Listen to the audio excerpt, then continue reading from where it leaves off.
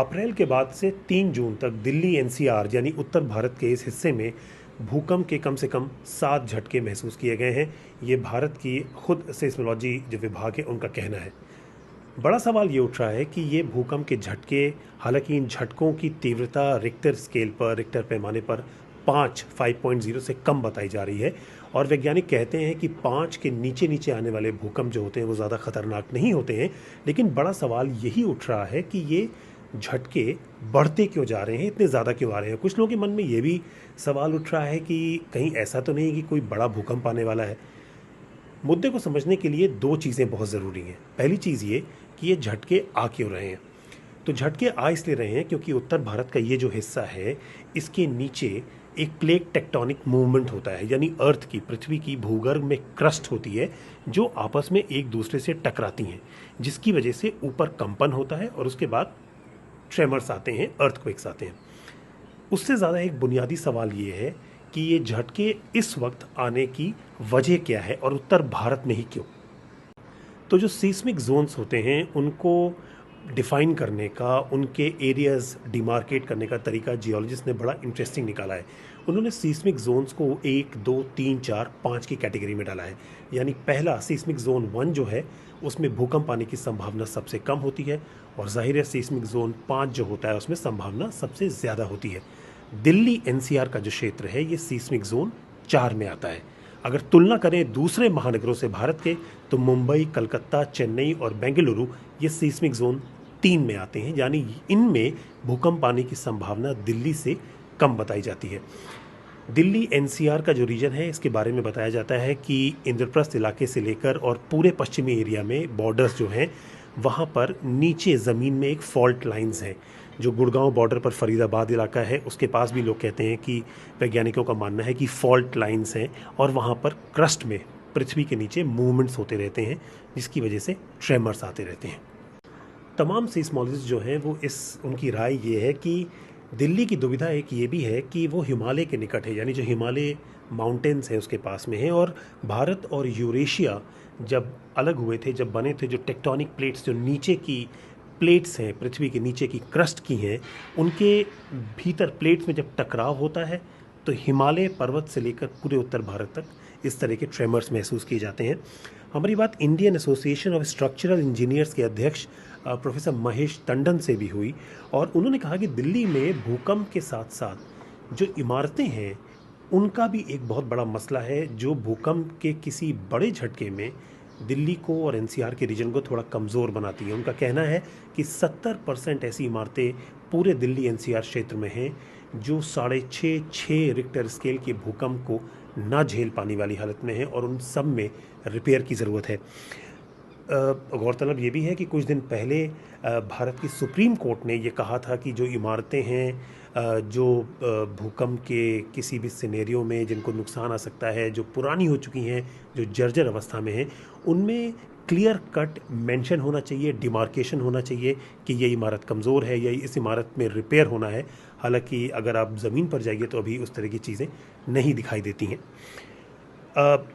अगर बात करें आबादी की तो दिल्ली एनसीआर क्षेत्र की आबादी 1.5 करोड़ से ज़्यादा है और जो सबसे बड़ा फैक्टर है वो एक दूसरा है।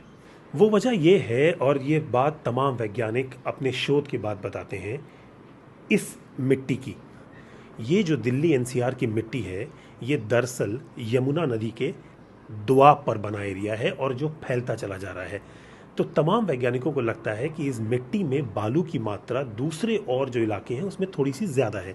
तो यहाँ पर अगर ट्रेमर्स या अर्थक्वेक आते हैं तो और ज़्यादा प्रोटेक्शन की ज़रूरत है। यानी अगर एक नॉर्मल अवस्था में इमारत में 6 रिक्टर स्केल पैमाने का अर्थक्वेक प्रूफिंग की जा रही है तो यहाँ पर उसको 0.5 या 1 और बढ़ाया जाना चाहिए।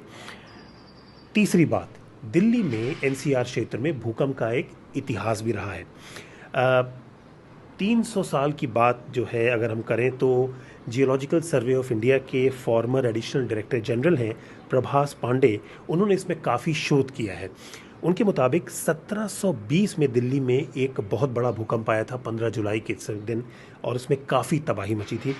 उनका कहना है कि उसकी तीव्रता का अंदाज़ा 1883 में प्रकाशित हुए दी ओल्डहैम्स कैटलॉग ऑफ इंडियन अर्थक्वेक से मिलता है और रिक्टर पैमाने पर ये 6.5 से 7 के बीच बताया गया था। भारी तबाही हुई थी और न सिर्फ पुरानी दिल्ली बल्कि तब नई दिल्ली बढ़ रही थी उसके इलाकों में नुकसान हुआ था। साथ ही एक और इम्पॉर्टेंट बात है जो ध्यान में रखनी चाहिए, जब भी भूकंप या उससे होने वाले नुकसान की आशंका लोग जताते हैं या उसका एस्टिमेशन करते हैं, भूकंप के झटके जो होते हैं, अगर बड़ा भूकंप आता है तो उसका जो रेडियस होता है वो 250 से 350 किलोमीटर के दूर तक होता है। ज़ाहिर है एक एपिसेंटर होता है, फिर रेडियस होता है। उस क्षेत्र में, उस सिनेरियो में वो भूकंप की तीव्रता जहाँ से शुरू होती है वहाँ से 350 किलोमीटर तक काफ़ी गहरी हो सकती है।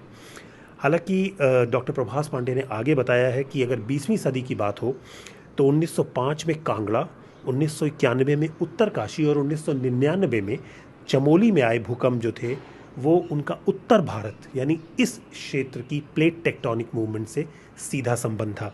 Wadia institute of Himalayan technology के जो प्रमुख जियोलॉजिस्ट हैं डॉक्टर जैन, उनके मुताबिक ये अनुमान लगाना एकदम मुश्किल है कि किस समय कहाँ पर कितनी तीव्रता वाला भूकंप आएगा और ये दिल्ली एनसीआर पर भी लागू होता है। लेकिन उन्हीं के मुताबिक जो सीस्मिक एक्टिविटी पृथ्वी के नीचे दिल्ली एनसीआर और उत्तरी भारत क्षेत्र में होती रहती है, उसको देखते हुए किसी बड़े भूकंप की संभावना से इनकार भी नहीं किया जा सकता। सवाल ये है कि बचाव क्या है। टाउन प्लानर से बात करने पर, इन्वायरमेंटल एक्सपर्ट से बात करने पर सबसे बुनियादी चीज़ यही समझ में आती है कि इमारतों को अर्थक्वेक प्रूफ बनाया जाना चाहिए।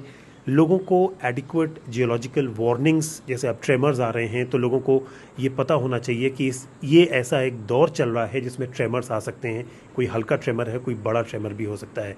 साथ ही एक अवेयरनेस की ज़रूरत है क्योंकि इमारतों के रख रखाव, आसपास की चाक चौबंद होने की ज़रूरत है, क्योंकि अगर इमारतें कमज़ोर होती जाएंगी, उनकी मेंटेनेंस नहीं होगी और नई इमारतों में जो स्ट्रक्चरल डिज़ाइन है वो अर्थक्वेक प्रूफ स्टैंडर्ड्स के नहीं होंगे तो ज़्यादा से ज़्यादा वल्नरेबिलिटी पॉपुलेशन की, लोगों की अर्थक्वेक से बढ़ती जाएगी।